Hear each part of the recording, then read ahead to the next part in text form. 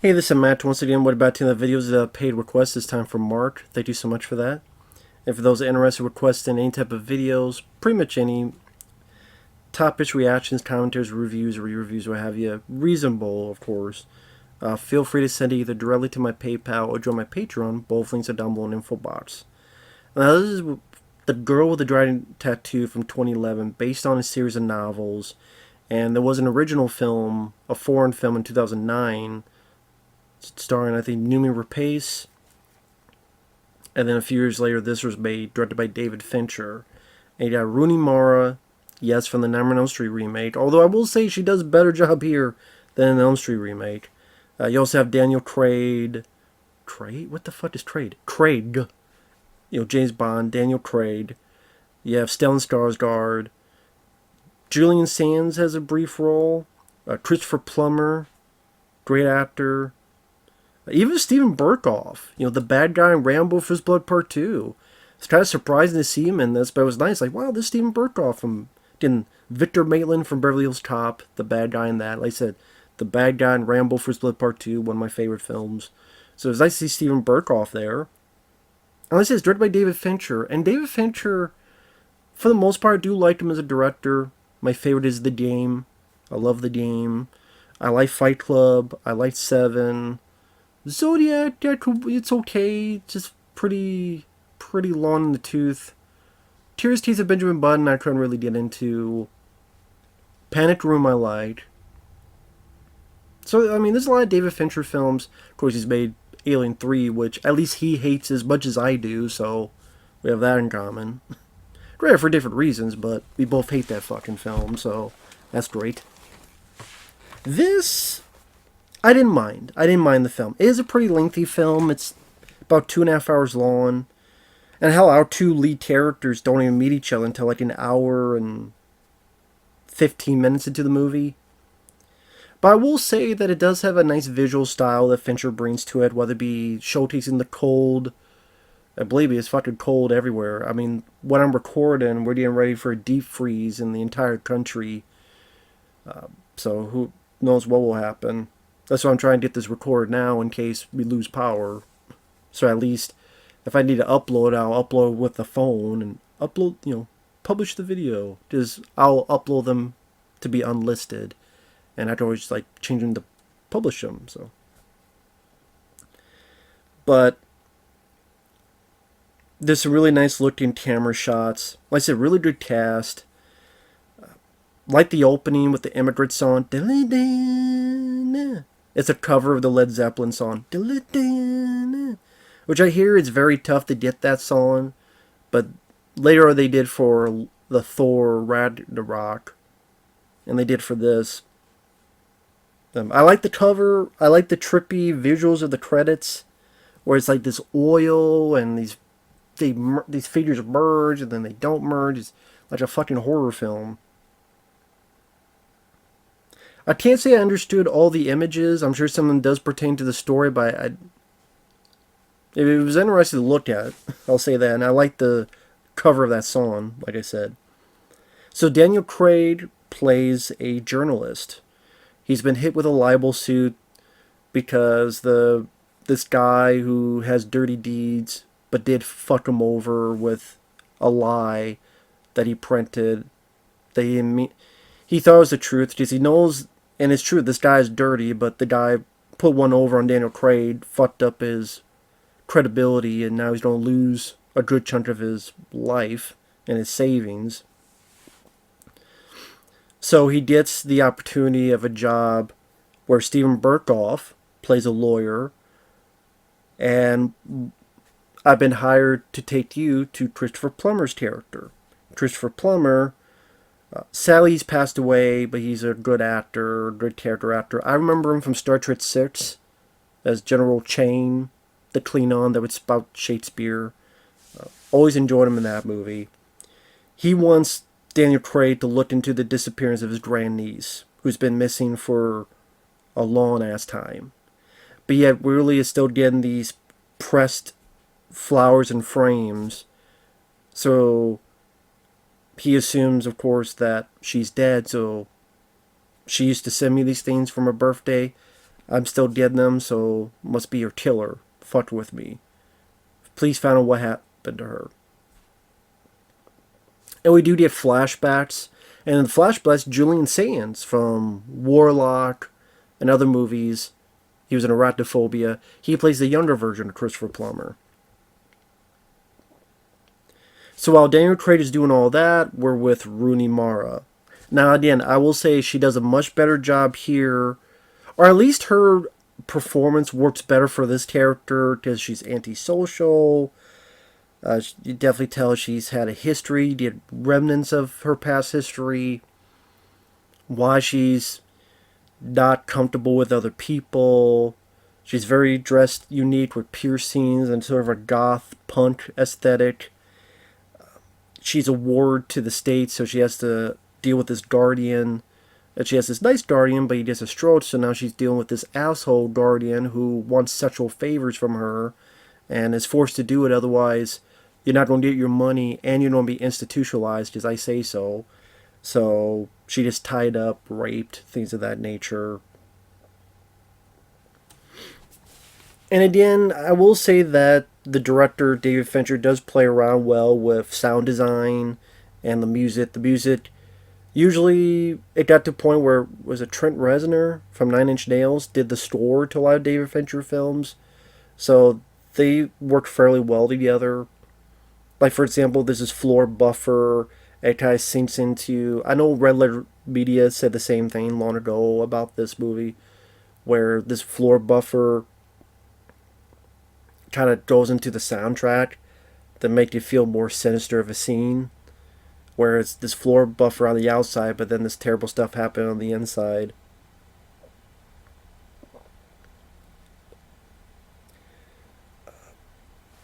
Now, the investigation... I was intrigued to see what was going on. I will say the editing seems very snappy. Like it feels as soon as the scene needs it, it doesn't linger. And so it does kind of help with the pacing of the film. So the film didn't feel as long as it is.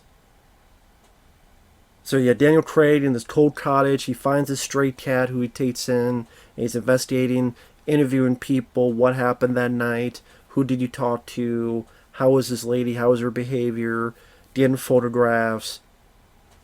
At one point, getting a series of photographs and noticing that she sees someone that she's freaked out about. What was that about? Who was there that day?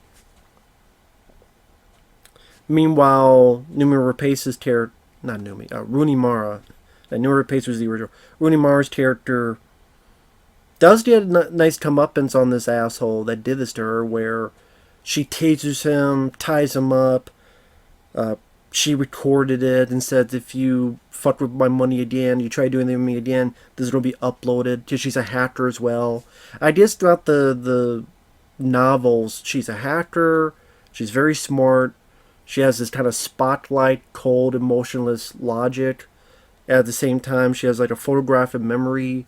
And then she has this unique look. So it's kind of try to have a fairly unique package. And she ties this guy up, shoves a fucking metal dildo up his ass. Thankfully, we don't see it. We get the idea, though, and he deserves it. He's a creep. Even tattoos that he's a rapist pig on his chest. So the guy at least definitely gets his comeuppance. So, for what I understand, they want to do a different style with this movie, where usually a film is a 3-act structure, beginning, middle, and end, and here's a 5-act structure. Which is why an hour and 15 minutes in, two characters finally meet.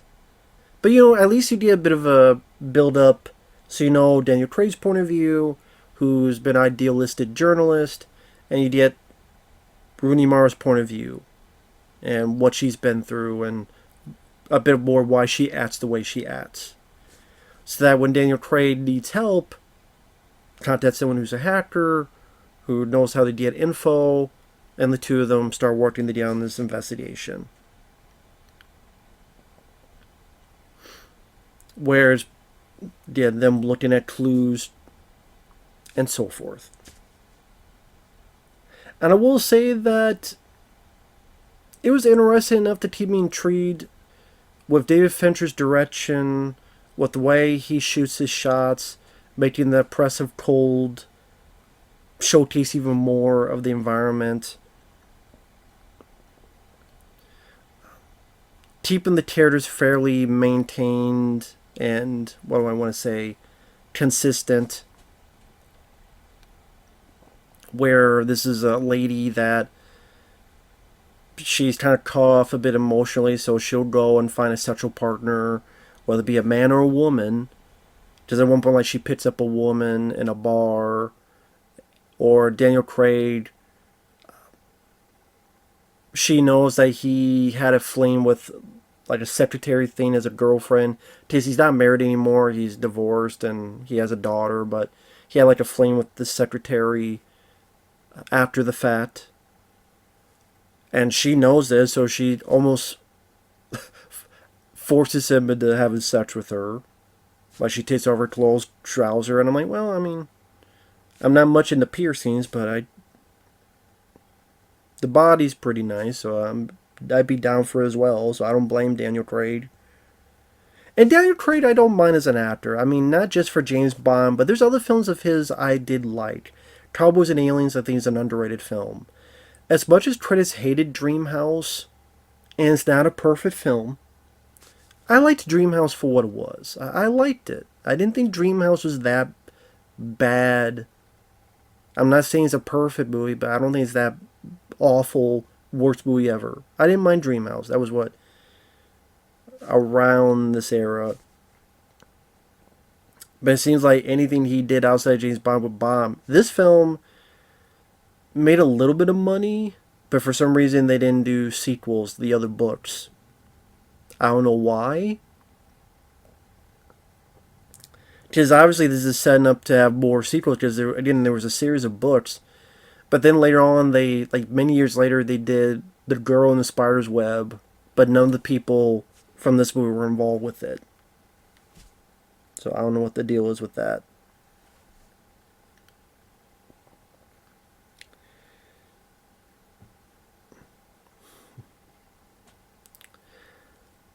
I mean, I know it said it's fast paced. I still don't think it needed to be 2.5 hours long.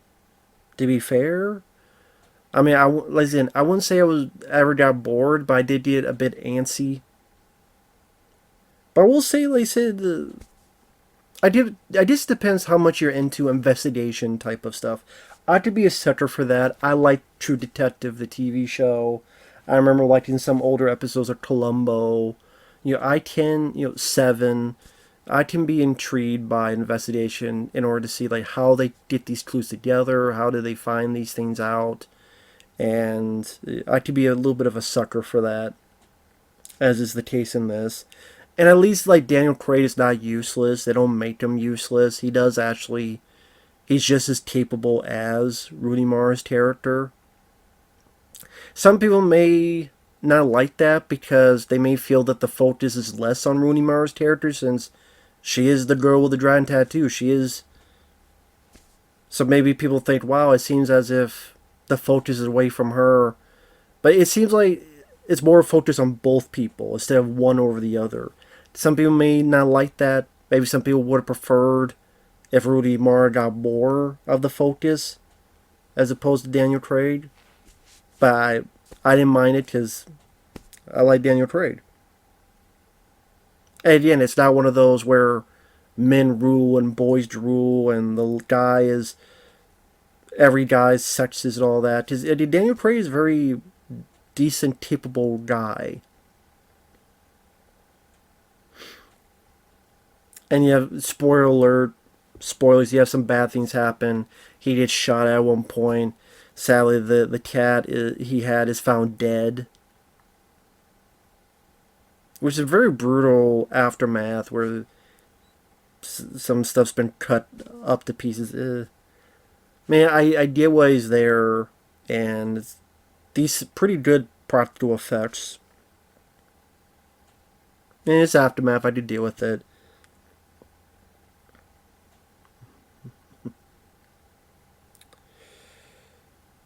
So as the investigation comes up, you get to the finale. Super spoiler alert! You find out it is Stellan Skarsgård. That there's this serial killer killing these women because the killers were anti-Semite. So they're getting passages from the Bible and finding Jewish women and or Jewish names and murdering them. And it was Stellan Skarsgård's dad. But then when that dad died, he took over. And Stellan Skarsgård is a good actor. He was been in some of the Thor films. He's been in a lot of other movies. He was the priest in those Exorcist prequels, the beginning and the Dominion, like the two versions of the same movie. Which I will say the idea is more interesting than the movies, where you see how two movies have this played out very differently. That's what makes those movies interesting to me, not so much the movies themselves. I do like the line he says, because he goes, "You know what? You were outside. You could have left, but I said hi and you came in, even though you knew something was up with me." It's interesting how the fear of offending is more of a fear than the fear of pain. Which is got a point that even though there are people that, oh, I may offend and I may look bad and all this, and that you care more about than the fear that you may die and be in pain. Yeah, that is, I can understand that. And the way the whole scene is shot in the room and the way he, so just super spoilers, he ties up Daniel Craig off his feet, and I think the song is Sail Away.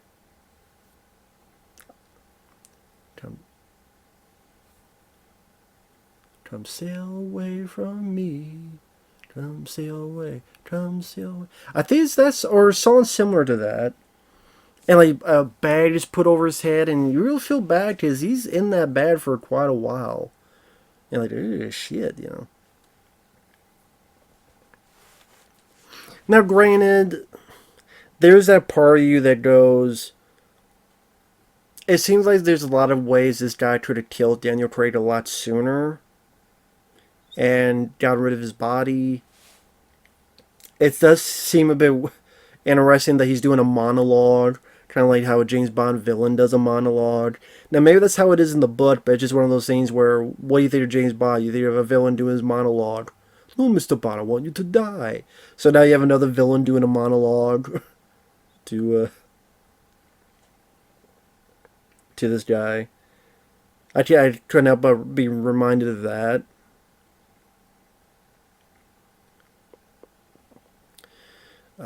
She does come by and save him and gives Stellan Skarsgård a big whack. Chases after the guy. Decent little car chase. Decent car crash. Guy dies in an explosion. And then there's like 20-some minutes left of the movie. 25 minutes left. And then I did like this twist. I thought it was a nicely done twist. Super spoilers. You find out that the girl he was looking for the whole time, Harriet, she's actually still alive. And it's played by Jolie Richardson, who I remember from Event Horizon, who's just kind of the second command to Lawrence Fishburne's character. So it was nice to see her again in a movie, and we saw her earlier in the film, so it's not like they just pulled it out of their ass. And her story and how she was able to get away and what happened to her. You brought a little bit of meat to the bone to the proceedings. And I don't know, something about that I did like. Maybe just the way Jolie Richardson played the role. Maybe because Daniel Craig, like Rooney Mara is able to save his life, but then Daniel Craig is able to accomplish something. So he's not just a pointless, useless endeavor. Maybe that's the thing, is that something came out of it. Yeah, they stopped this guy who killed people. But also they did reunite this girl with her grandfather. I don't know how you... If it's his grandniece, would that still be the girl's grandfather or grand uncle? Grand uncle? Maybe grand uncle? I don't know. Whatever.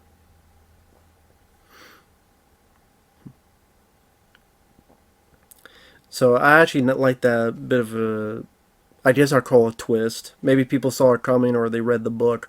But I'm like, oh, okay, that's nicely done.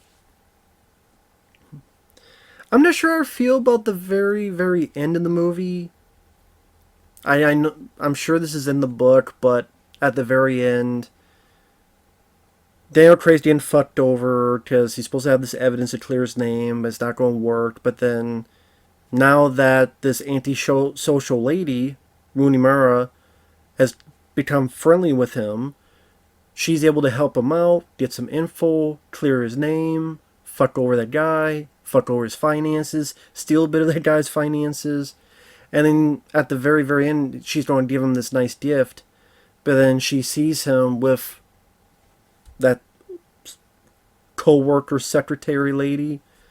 And then she gets pissed, throws it away, and drives off. And I'm sitting there going, well, number one, you knew, like, you told him. That's why you had sex with him. That didn't stop you having sex with your co-worker, your secretary. So you knew about that.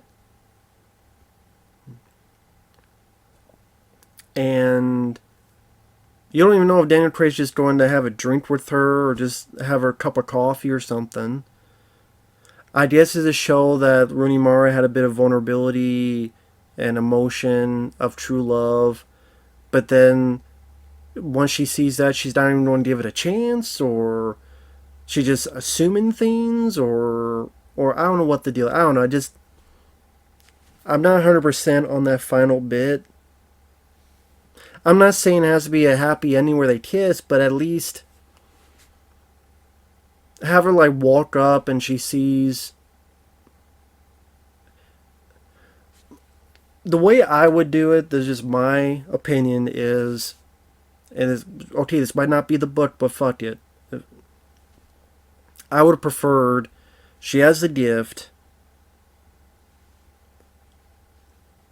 and you see that she's a bit cheery, she's a bit smiling, very different from her usual persona. She sees the two of them walking, and then she kind of like be splashed with cold water, and then she kind of stands there and goes, she was thinking of hugging him, she's saying this, just want to offer this as a gift, it was nice working with you. And now she's shut down again to being this cold, emotionless Spock from Star Trek type of character. Shakes hands. Daniel Craig baby tries to talk to her. I don't want to keep you guys. Goes off, rides her motorcycle. Daniel Craig watches her. Maybe has a bit of sadness, regret.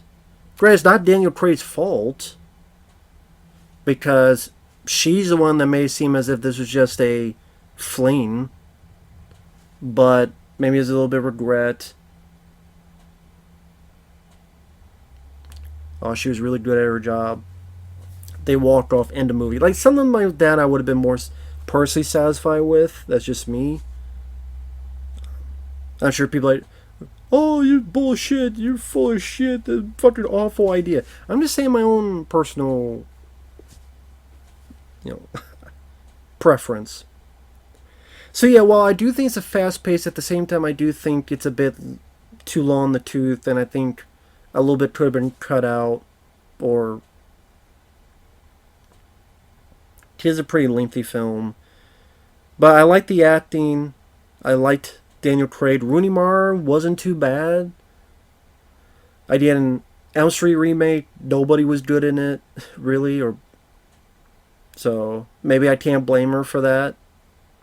I think Rooney Mara even said that she was just so much regretted that movie, and there's some interview or some written interview she talked about how that movie like really either killed her love of the career or something. But then that was what, 2010. Then she got this, so at least that was a step up. Overall, pretty decent movie. Not my favorite David Fincher film, but overall, I did not mind it. Did not mind it.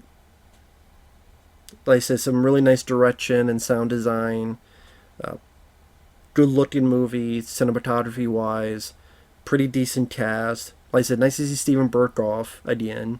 Been a while since I've seen that guy. Overall, if you like investigative type of movies, I would say I like this a bit more than Zodiac. Because I got a little bit more emotional character dealings in this compared to Zodiac, which makes sense. Zodiac's trying to be a very... These are the facts. Don't cue the Dragnet theme, but the idea what I was going with, but I would say if you ask me which I would rather watch, I would rather watch this than Zodiac, but I don't hate Zodiac. Didn't mind this film. So with that said, thanks for watching, take care, we'll see you guys later. Bye-bye.